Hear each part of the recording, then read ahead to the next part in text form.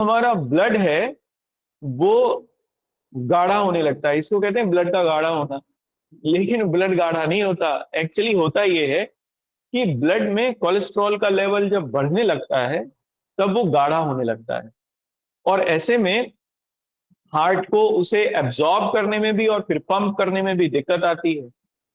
कभी कभी जब ये कोलेस्ट्रॉल आर्टरीज में जमा हो जाए तो फिर हार्ट उसे ना तो पंप कर पाता, ना ही उसे एब्जॉर्ब कर पाता। जब वो ना पंप कर पाए ना एब्जॉर्ब कर पाए, इसी स्थिति को हम लोग हार्ट अटैक कहते हैं, हृदयाघात कहते हैं। अमूमन ये होता है कि हार्ट अटैक में जो हमारी आर्टरीज हैं उनमें किसी ना किसी तरीके का डैमेज हो जाती है। जैसे तीन आर्टरीज हैं ऊपर वाली, जिसको हम लोग अभी पढ़ेंगे। अरोटा में अरोटा में तीन होती हैं जो साफ ब्लड को पंप अप करती हैं बॉडी में, या ऑक्सीजनेटेड ब्लड को। जब भी हार्ट अटैक होगा इनमें से तीनों में से कोई एक फटेगी, फट जाती है, रप्चर हो जाती है, फैक्ट है, रप्चर होती है। लेकिन फिर चूंकि ये एक तरीके की आर्टरी है, ये अपने आप को फिर से रिकंस्ट्रक्ट कर लेती है। तो जैसे ही फटी, ब्लड का वहां से ब्लड आउटफ्लो हुआ और ब्लड प्रेशर जो है वो सामान्य हो गया। अब ये डिपेंड करता है लोगों में, इसी को हम लोग हार्ट अटैक कहते हैं। ठीक है। तो एक तो ये है कि ब्लड का गाढ़ा हो जाना, इसको रूमेटिक डिसीज कहते हैं, रूमेटिक। ठीक है, हार्ट की। इसका इलाज है एस्पिरिन की गोली डॉक्टर दे देते हैं। हाँ, वो एस्पिरिन यही है। बिल्कुल बिल्कुल वही बता रहा था। एस्पिरिन एस्पिरिन डॉक्टर लोग इसलिए देते हैं कि उसमें जो ब्लड है वो थिन होता है। क्योंकि ब्लड में प्लाज्मा की मात्रा बढ़ जाती है और इस तरीके से ब्लड थिन हो जाता है तो फिर वो आराम से फ्लो करता है। ठीक है। वाल्व देखो, मैंने उसमें भी आपको मैंने जो चित्र भेजा है ग्रुप पे, उसमें आप वाल्व देखो, चार तरीके के होते हैं, उनको भी मैं बताऊंगा आगे। ठीक है। वाल्व की कॉन्सेप्ट यहां पर अलग है। वाल्व खराब होने से हार्ट अटैक का कोई मतलब एक्चुअली नहीं होता। ये एक अलग प्रॉब्लम है जिनमें वाल्व चौक हो जाते हैं। ये कई तरीके से हो सकती है। हाँ, बाद में सर्जरी से डल जाते हैं, कोई दिक्कत नहीं है, सर्जरी से तो सब कुछ हो सकता है। आर्टरी भी डल जाती है पूरी की पूरी, निकाल के डाल देते हैं। एक बार यूपी में पूछा गया था कि हार्ट सर्जरी में कहाँ की आर्टरी को, बाईपास सर्जरी में विशेष तौर पर कहाँ की आर्टरी को यूज करते हैं सबसे ज्यादा डॉक्टर्स, मतलब किस आर्टरी का इस्तेमाल किया जाता है। तो थाइस की आर्टरी का इस्तेमाल किया जाता है, या तो थाइस की वाली आर्टरी, हाँ थाइस की आर्टरी का इस्तेमाल करते हैं। या फिर आप ये थाइस वाली जो आर्टरी है ना, ये पैर तक जाती है। आप अपने पैर के पीछे देखो, पीछे की ओर एक बड़ी मोटी सी आपको ऐसी हड्डी के जैसी संरचना दिखेगी। ये हड्डी नहीं होती, आर्टरी है एक्चुअली। और ये पैरों तक लेके जाती है ब्लड को। इसी को जनरली कट करके वो वहां यूज करते हैं। तो एक सवाल उन्होंने ये पूछा था, ऐसा पूछ लेते हैं। तो फिलहाल तो आप ये लिखिए कि रोमैटिक जो डिजीज है उसका इलाज है एस्पिरिन। ठीक है। तो रखो इसमें, लिखो इसमें। बहुत सारे स्टेप नहीं है, चल जाता है काम। लेकिन वही है कि लोग इसके पार भी चले जाते हैं ना, शरीर को खराब करने में, फिर नहीं चलता। लिखो इसमें, रोमैटिक बीमारी, रूमैटिक, RUMATIC, रूमैटिक बीमारी सामान्यतः रूमैटिक बीमारी सामान्यतः रक्त में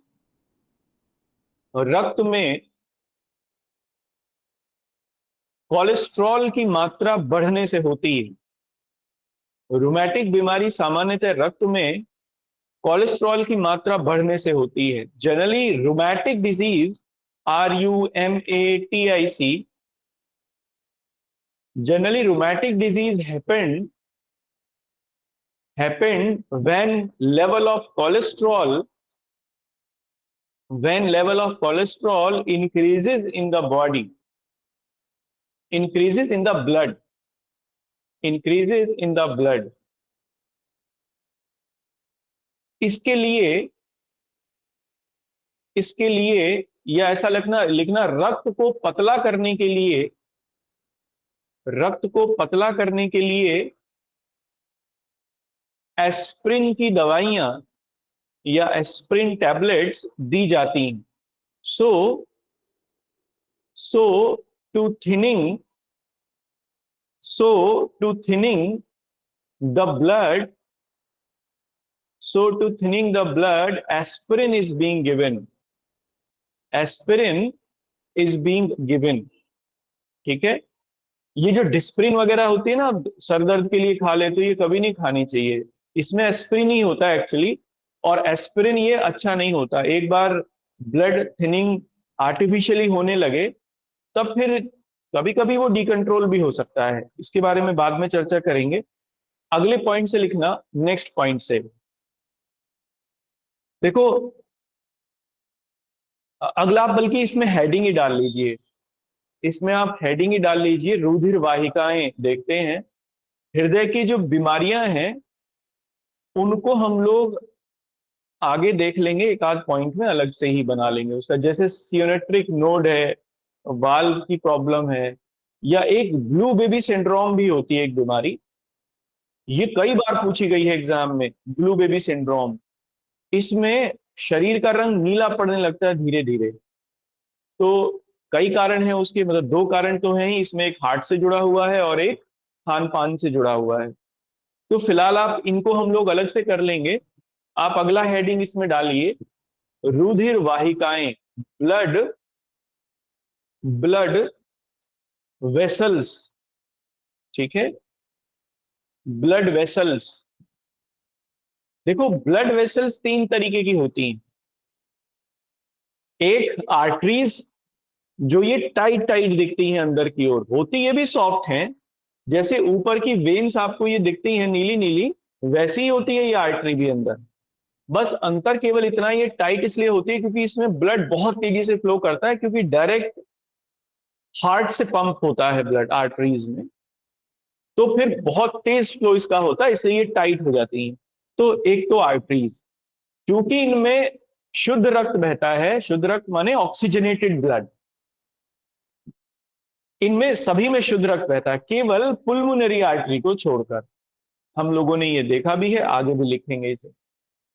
दूसरी है ये वेन्स, इनमें पूरी बॉडी से अशुद्ध रक्त इकट्ठा करके और हार्ट में लेके आ जाता है, हार्ट से फिर वो लंग्स में जाता है, दोनों में। तो वेन्स में डीऑक्सीजनेटेड ब्लड बहता है या अशुद्ध रक्त। क्योंकि अशुद्ध रक्त का जो रंग है वो बैंगनी होता है, इसलिए ये बैंगनी दिखाई देती है, नीला या बैंगनी रंग का, ग्रीनिश ब्लू कलर की दिखाई देती है। एक तीसरी होती हैं ब्लड कैपिलरीज, बहुत छोटी होती हैं, बहुत माइन्यूट सी होती हैं, जामुनी रंग की दिखाई देंगी आपको। इनका काम होता है कहीं कहीं पर आर्टरीज और वेन्स को जोड़ने का। ये तीन ब्लड, तीन तरीके के ब्लड वेसल्स हैं, ये पूरे शरीर में ब्लड सर्कुलेशन का काम संपन्न करती हैं। तो आप इसमें अगले पॉइंट में लिखना, रुधिर वाहिकाओं में लिखना, रुधिर वाहिकाएं, रुधिर वाहिकाएं तीन प्रकार की होती हैं। रुधिर वाहिकाएं तीन प्रकार की होती हैं। The blood vessels would be of three type, the blood vessels would be of three type. पहला लिखना धमनियां, धमनियां, आर्टरीज।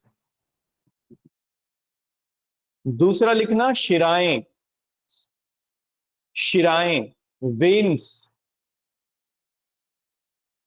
और इसमें तीसरा लिखना केशिकाएं, हिंदी में केशिकाएं, केशिकाएं छोटी होती हैं इसीलिए इनको केशिकाएं कहते हैं।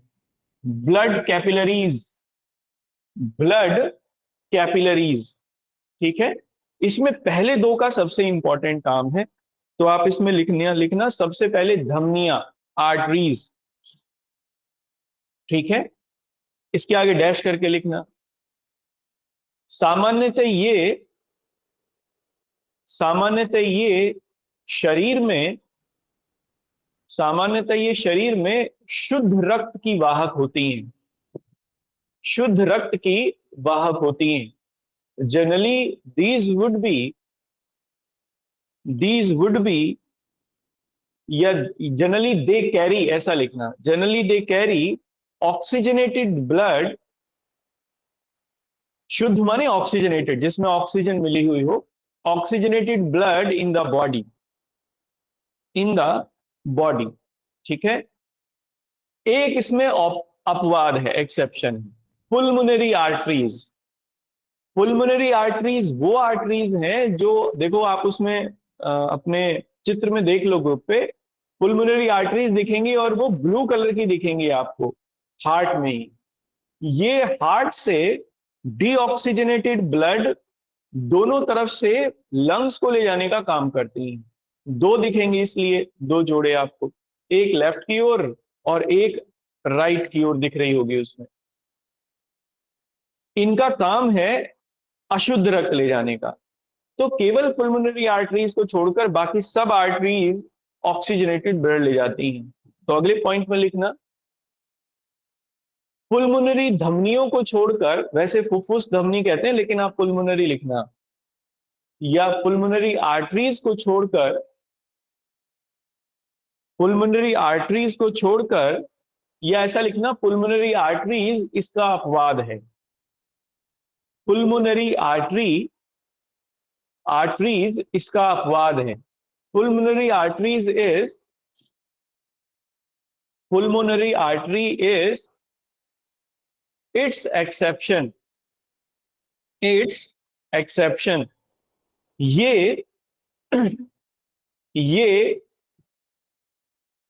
हृदय से अशुद्ध रक्त, ये हृदय से अशुद्ध रक्त फेफड़ों तक ले जाने का कार्य करती हैं, फेफड़ों तक ले जाने का कार्य करती हैं। ठीक है। They carry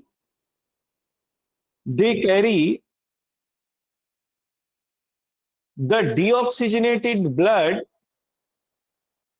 the deoxygenated blood from the heart towards lungs। ठीक है। क्लियर है ये बात यहां तक? अब इसमें अगले पॉइंट से लिखना।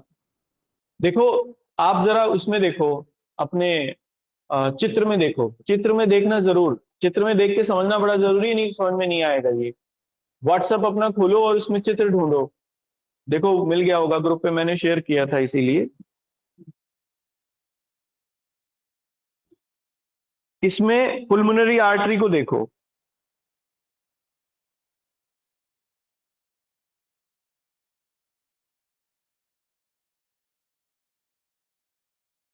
पुल्मोनरी आर्टरी को देखो, इसमें दिख गई, ब्लू कलर की है। होगे तो ये हार्ट के राइट वाले हिस्से में है, राइट वाले हिस्से में भी, राइट वेंट्रिकल में है ये, राइट वेंट्रिकल में से ये देखो, अशुद्ध रक्त राइट वेंट्रिकल में इकट्ठा होता है, दो तरफ से। हार्ट में आप देखोगे दो तरफ से आ रहा है, कहां से? एक तो ऊपर की ओर से, इसमें चित्र में दिखाया नहीं है, ऊपर की ओर से देखो, वेना कावा है ये, ऊपर की ओर दो नीले रंग के दिख रहे हैं राइट की तरफ, मतलब आपके उसमें लेफ्ट होगा, आपके चित्र में तो लेफ्ट होगा लेकिन ये राइट का हिस्सा होता है। अगर इसको हार्ट को उस शेप में रखें तो ये राइट होगा, लेकिन आपके चित्र में लेफ्ट होगा। लेफ्ट में देखो, ऊपर से एक बड़ी मोटी सी आर्टरी दिख रही है ऊपर, दैट इज वेना कावा, है ना। इसका नाम है महाशिरा, कहते हैं इसे महाशिरा, क्या महाधमनी नहीं, वेना कावा महाशिरा, हाँ महाशिरा कहते हैं वेना कावा। ये पूरे शरीर से डीऑक्सीजनेटेड ब्लड को इकट्ठा करके और राइट वाले हिस्से में हार्ट के लेकर आती है। जैसे पहले राइट ऑट्रियम में आएगा और राइट ऑट्रियम से ये फिर जो ये ट्राइकस्पिड वाल्व है नीचे, देखो राइट आर्ट्रियम के नीचे वाल्व दिख रहे हैं दो, यस सर। जो कि राइट आर्ट्रियम और राइट वेंट्रिकल के बीच में है। एक खाली सी जगह दिख रही है छोटी सी, यस सर। वाल्व, ये इन वाल्व को हम लोग ट्राइकस्पिड वाल्व कहते हैं, ट्राइकस्पिड वाल्व। ठीक है, इनके खराब होने की गुंजाइश सबसे ज्यादा होती है क्योंकि इस वाले हिस्से में सबसे ज्यादा ब्लड आता है, और दूसरा ये वाला जो ब्लड होता है ये डीऑक्सीजनेटेड भी होता है, तो अमूमन लोगों में ये वाल्व खराब होते हैं ट्राइकस्पिड। अब ये ट्राइकस्पिड वाल्व से ब्लड राइट वेंट्रिकल में जाएगा और राइट वेंट्रिकल से आप देखो फिर पुल्मोनरी वेन से ये दो तरफ को मुड़ रहा होगा। एक पुल्मोनरी वेन तो आ रही है राइट की तरफ और एक पुल्मोनरी वेन निकल रही है लेफ्ट की तरफ। ये दोनों लंग्स की तरफ जा रही है पुल्मोनरी वेन। ये पुल्मोनरी वेन ही लंग्स में को ब्लड लेकर जाती हैं डीऑक्सीजनेटेड, यानी अशुद्ध रक्त। ठीक है, इसलिए वेना कावा से, अब देखो वेना कावा के दो हिस्से हैं, एक ऊपर की ओर है और एक नीचे की ओर से आ रहा है। नीचे की ओर से आपको दिख रहा होगा नीले कलर का, राइट वेंट्रिकल के ऊपर जो एक छोटा सा हिस्सा नीले कलर की नली है, that is also part of vena कावा। इसको हम लोग इंफीरियर वेना कावा कहते हैं क्योंकि ये नीचे की ओर से है ना, तो इसे कहते हैं इंफीरियर। ऊपर वाले हिस्से को वेना कावा के कहते हैं सुपीरियर। तो इंफीरियर और सुपीरियर वेना कावा दोनों का काम है पूरे शरीर का जो अशुद्ध रक्त है उसे इकट्ठा करना, उसे इकट्ठा करके और हृदय के सीधे वाले हिस्से में, राइट वाले हिस्से में लेकर आना। राइट वाले में भी ये राइट ऑट्रियम में इकट्ठा होता है, राइट ऑट्रियम से फिर राइट वेंट्रिकल में, और राइट वेंट्रिकल से पुल्मोनरी वेन के माध्यम से ये फिर और फेफड़ों में चला जाता है। प्रक्रिया क्लियर है? Yes sir. किसको नहीं आई है बताओ? देखो समझना बड़ा जरूरी है, लिख तो लेंगे ही हम। सर पुल्मोनरी आर्टरी को देखो, हाँ पुल्मोनरी आर्टरी का है ना। जी सर।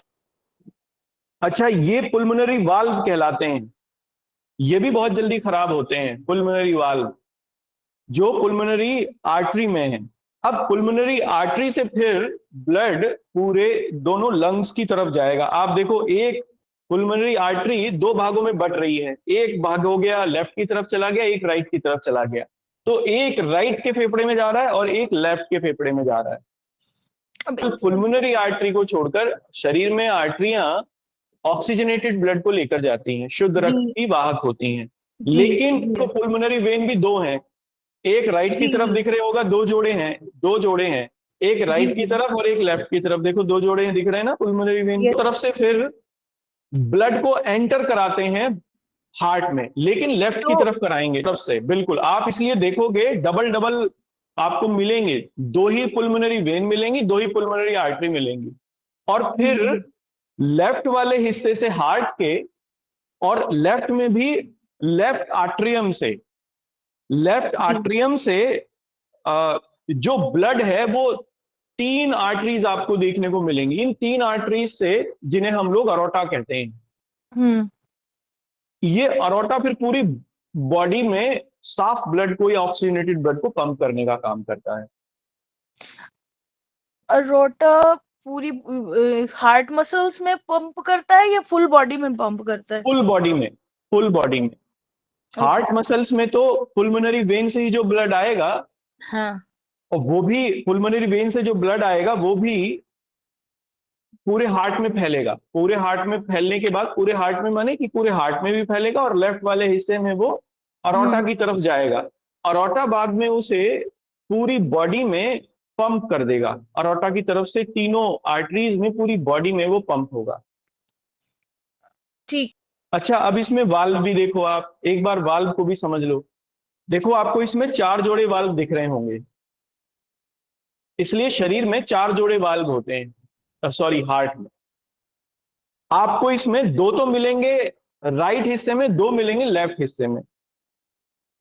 एक पुल्मोनरी वाल्व इसमें मिट्रल मिट्रल वाल्व तो दिया हुआ है, इसमें ट्राइकस्पिड वाल्व नहीं लिखा हुआ, जो कि राइट ऑट्रियम और राइट वेंट्रिकल के बीच में है। बाकी इसमें तीनों हैं, बाकी के तीनों हैं। एक पुल्मोनरी वाल्व है, पुल्मोनरी वाल्व और ट्राइकस्पिड वाल्व। इन दोनों वाल्व में ये दोनों वाल्व काम करते हैं, दोनों जोड़े वाल्व काम करते हैं डीऑक्सीजनेटेड ब्लड को पंप करने का। मतलब डीऑक्सीजनेटेड ब्लड इसमें अंदर जाता है। देखो वाल्व का काम है खुलना, ब्लड को अंदर आने देना और रोक देना उसे, जिससे वो बैक ना मार सके, वापस आउटफ्लो का या बैक फ्लो ना हो सके। तो वाल्व का ये काम होता है, इसलिए फ्लो बना के रखते हैं ब्लड का ये।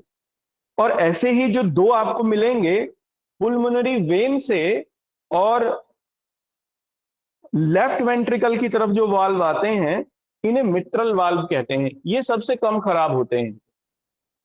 इसके बाद राइट वेंट्रिकल से और लेफ्ट वेंट्रिकल की तरफ, सॉरी, राइट वेंट्रिकल से और राइट ऑट्रियम की तरफ जो साफ ब्लड लेके जाते हैं वेना कावा अरोटा की तरफ, वहां भी आपको एक वाल्व मिलेगा जिसे हम लोग अरोटिक वाल्व कहते हैं। ये अरोटिक वाल्व भी खराब हो जाते हैं, ये भी खराब होते हैं।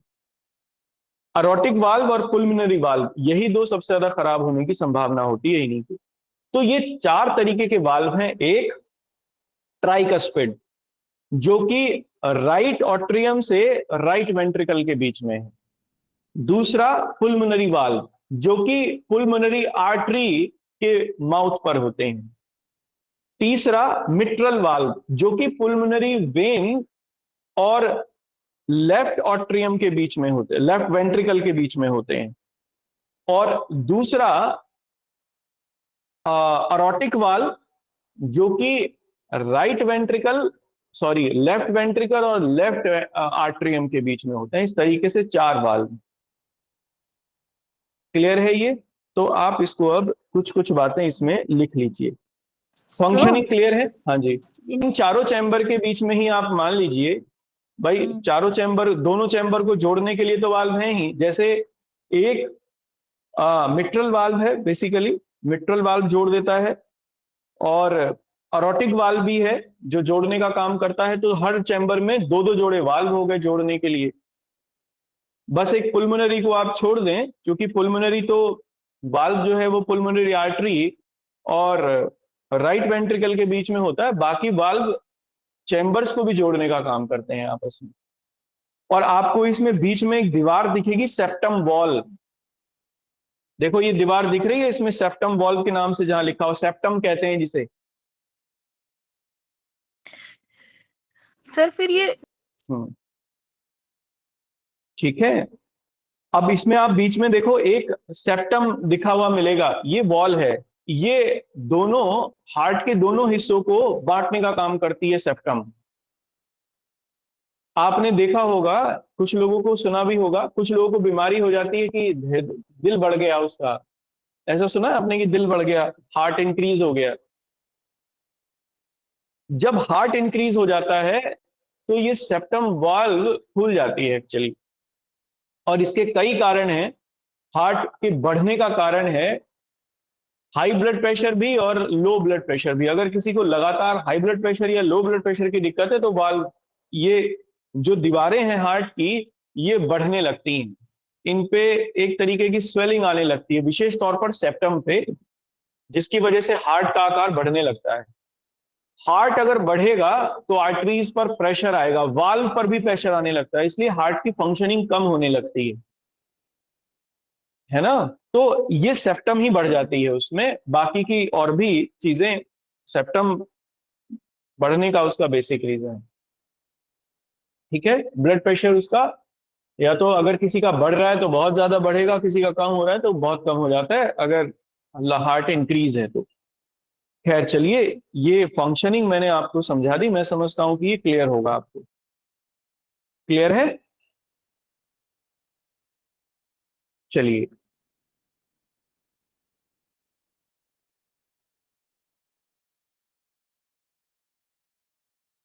अब आप इसमें क्या लिखा था आपने, जरा मुझे बताइए, फिर मैं वहीं से आगे चलता हूं।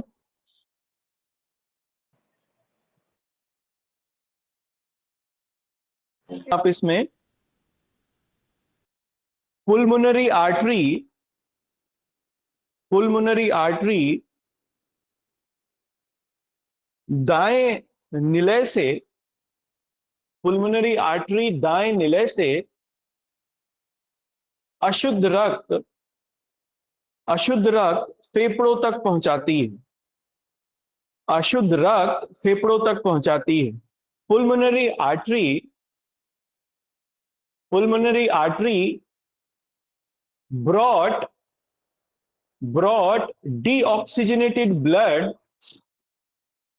brought deoxygenated blood from from right ventricle, from right ventricle to lungs, to lungs। ठीक है ना? और इसमें अगले पॉइंट से लिखना, बल्कि एक इसमें नोट करके लिखना। देखो, लेफ्ट वेंट्रिकल और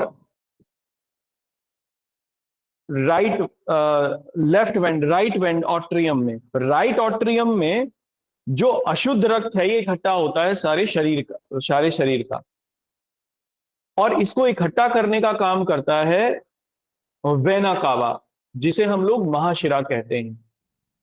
वेना कावा पूरे ब्लड, शरीर का डीऑक्सीजनेटेड ब्लड राइट ऑट्रियम में इकट्ठा कर देता है, और फिर ट्राइकस्पिड वाल्व उससे वो राइट वेंट्रिकल में आ जाता है, और राइट वेंट्रिकल से फिर वो पुल्मोनरी आर्टरी से बाकी फेफड़ों में जाता है। तो आप लिखिए इसमें नोट करके, संपूर्ण शरीर का, संपूर्ण शरीर का अशुद्ध रक्त, या ऐसे लिखना, संपूर्ण शरीर से अशुद्ध रक्त, अशुद्ध रक्त वेना कावा से, वेना कावा के माध्यम से, vena cava, VENACAVA, vena cava के माध्यम से, वेना कावा के माध्यम से राइट ऑट्रियम में, ऑट्रियम में लिखिए, वो निलय पिलय में तो मैं भूल जाता हूं, राइट ऑट्रियम में एकत्रित होता है, राइट ऑट्रियम में एकत्रित होता है। ठीक है, अंग्रेजी में लिखिए, the whole deoxygenated blood, the whole deoxygenated blood from the body, from the body, from the body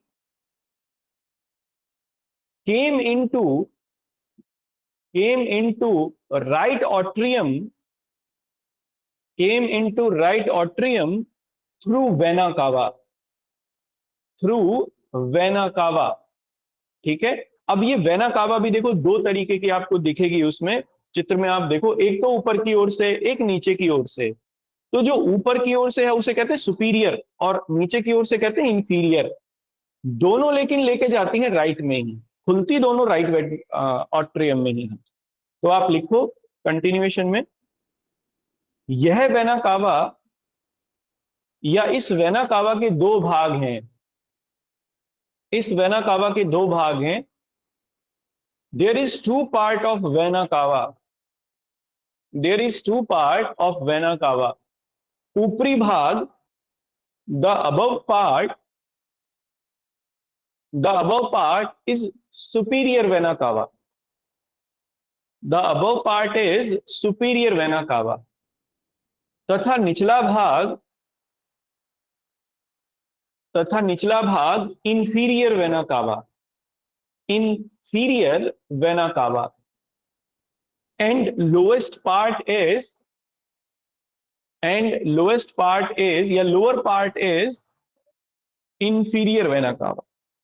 ठीक है, इन दोनों से ही डीऑक्सीजनेटेड ब्लड राइट ऑट्रियम में इकट्ठा होता है, ट्राइकस्पिड वाल्व से राइट वेंट्रिकल में आ जाता है और राइट वेंट्रिकल से पुलमोनरी वाल्व के थ्रू पुलमोनरी आर्टरी में, और पुलमोनरी आर्टरी उसको फिर फेफड़ों में ले जाती है, लंग्स में ले जाती है। तो आप लिखिए इसको कंटिन्यूएशन में, right atrium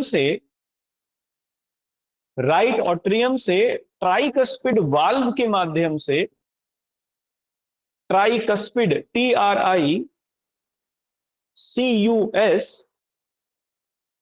TRICUSPID,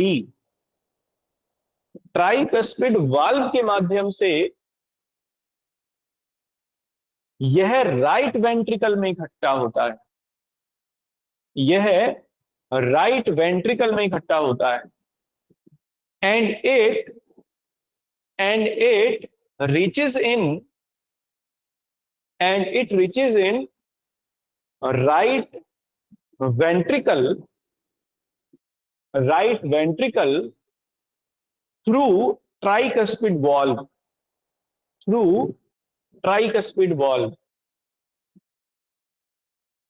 right atrium से, सॉरी राइट वेंट्रिकल से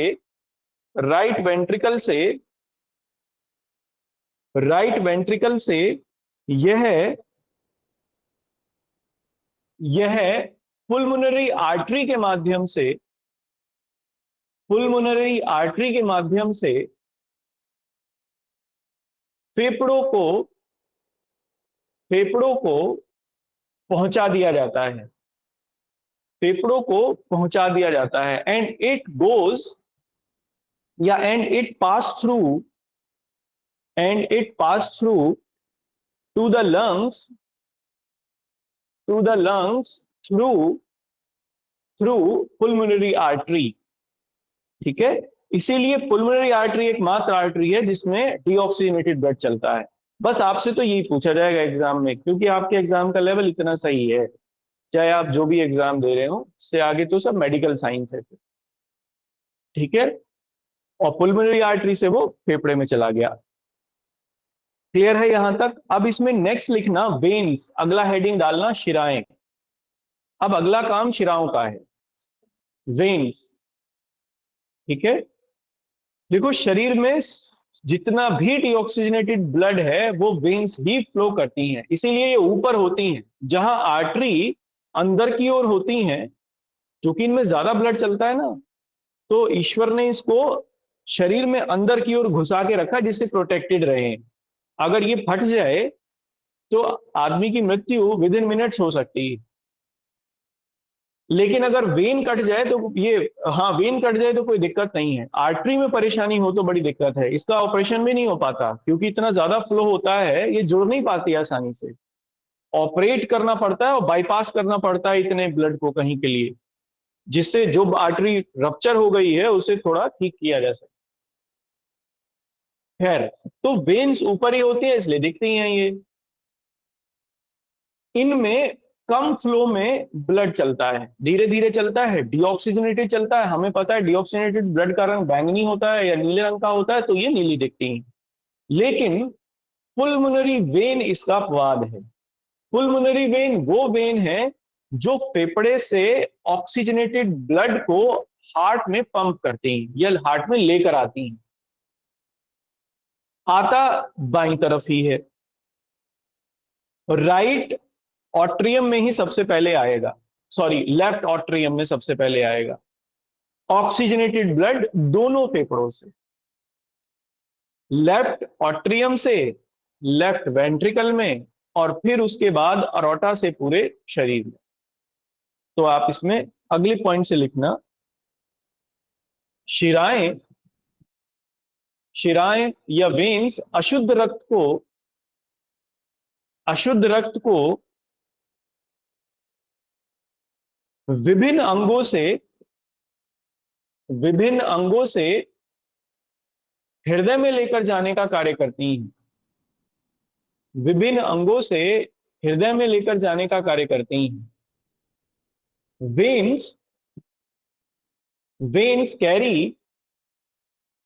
veins carry deoxygenated blood deoxygenated blood from the body into heart। ठीक है, अब हमने देखो पहले देखा है वेना कावा, इंफीरियर और सुपीरियर, ये वेन ही है, तो लिखना इसमें, क्योंकि इसमें अशुद्ध चलता है ना, तो वेन ही है ये। इसमें लिखना शरीर की सबसे बड़ी शिरा, शरीर की सबसे बड़ी शिरा महाशिरा होती है, वेना कावा महाशिरा होती है। The largest when of the body is, the largest when of the body is vena cava, vena cava, जो कि संपूर्ण अशुद्ध रक्त, जो कि संपूर्ण अशुद्ध रक्त राइट ऑट्रियम में, राइट ऑट्रियम में लेकर आती है, विच ब्रॉड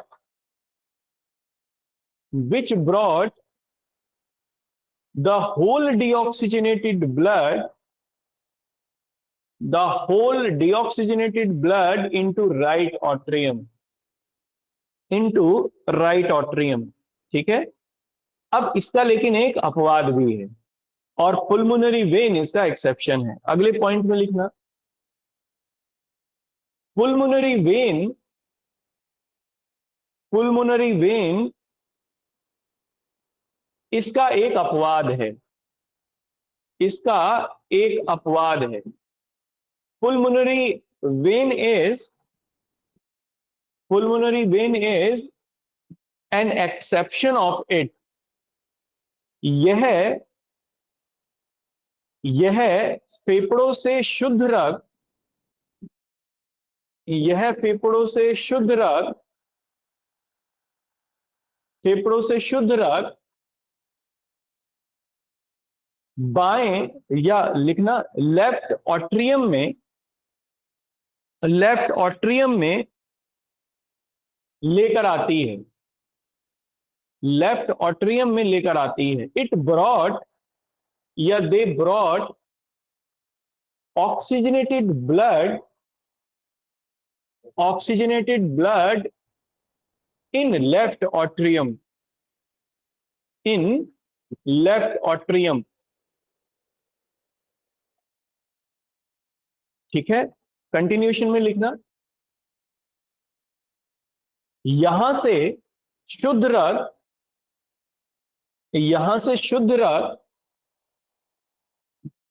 लेफ्ट वेंट्रिकल में, लेफ्ट वेंट्रिकल में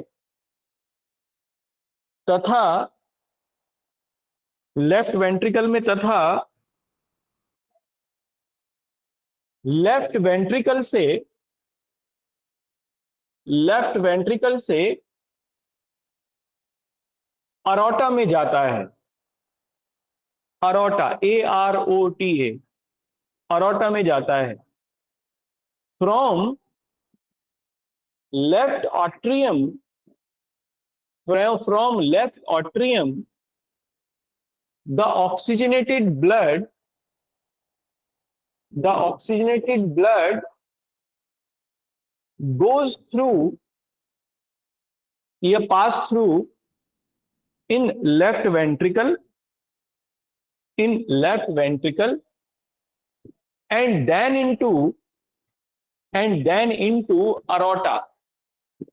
देखो अरोटा, अब अरोटा में साफ चला गया ना, ऑक्सीजनेटेड ब्लड गया, अब ये ऑक्सीजनेटेड ब्लड को कैरी करेगी पूरी बॉडी में। हमें पता है ऑक्सीजनेटेड ब्लड को कैरी करने का काम धमनियां करती हैं, आर्टरीज करती हैं, इसलिए अरोटा शरीर की सबसे बड़ी आर्टरी होती है, 3 मुंह वाली होती है। तो आप लिखो इसमें कंटिन्यूएशन में ही, अरोटा, अरोटा शरीर की सबसे बड़ी धमनी होती है, इसे महाधमनी भी कहते हैं इसलिए। अरोटा शरीर की सबसे बड़ी धमनी होती है। Aorta is the largest artery of the body, largest artery of the body. यहां से रक्त, यहां से शुद्ध रक्त, ऐसा लिखना, यहां से शुद्ध रक्त संपूर्ण शरीर में प्रवाहित होता है, संपूर्ण शरीर में प्रवाहित होता है। From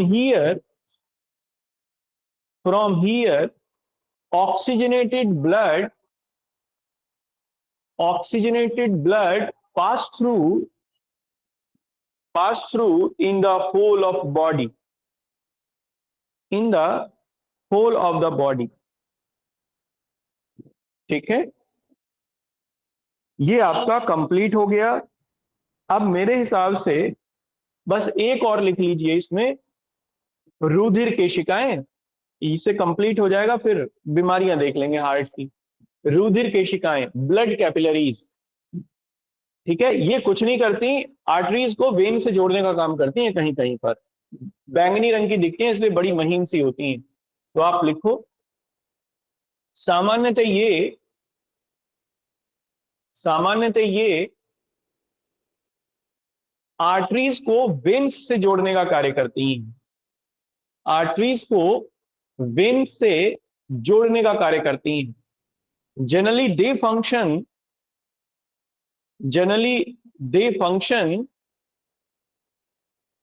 as they function to connect arteries with the veins, और इनका कोई काम नहीं होता, बाकी ठीक है। ठीक है, यहां तक करते हैं। कल हृदय की बीमारियां हम लोग देख लेंगे, तो आप इसमें नेक्स्ट छोटा सा हेडिंग डाल लीजिए, हृदय की विभिन्न बीमारियां, वेरियस डिजीज ऑफ हार्ट। ठीक है, इसमें हार्ट अटैक को भी देख लेंगे, कभी कभी लक्षण पूछ लेता है एग्जाम में कि इसके क्या लक्षण होते हैं। ठीक है ना, क्लियर है यहां तक सबको, कोई प्रॉब्लम?